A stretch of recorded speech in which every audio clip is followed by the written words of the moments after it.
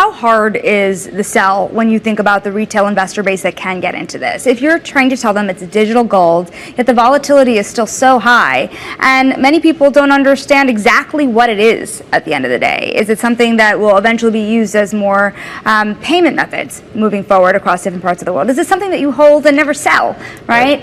How do you then make that case to a generation of people who have not gotten into this asset? Sure. Well, when you think about Bitcoin, we think of it primarily as an emerging global monetary alternative, right? It is a scarce, global, decentralized, non-sovereign asset. And it is an asset which has no country-specific risk, has no traditional counterparty risk. So these are interesting properties when you think of it from an investment perspective, particularly in a world where there's growing concerns over money printing, currency debasement risks, political, fiscal, sustainability challenges in the U.S. or elsewhere.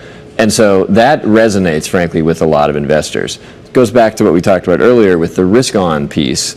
It confuses investors when people talk about it as risk-on, because based on the properties that I just described, you would think of it as risk-off. And that's where I think it has a marketing problem. So you could say that. And so, the reality is there's probably 2 or 3 things a year that happen typically that actually impact the fundamental value of Bitcoin. This year, I would argue there's been 4.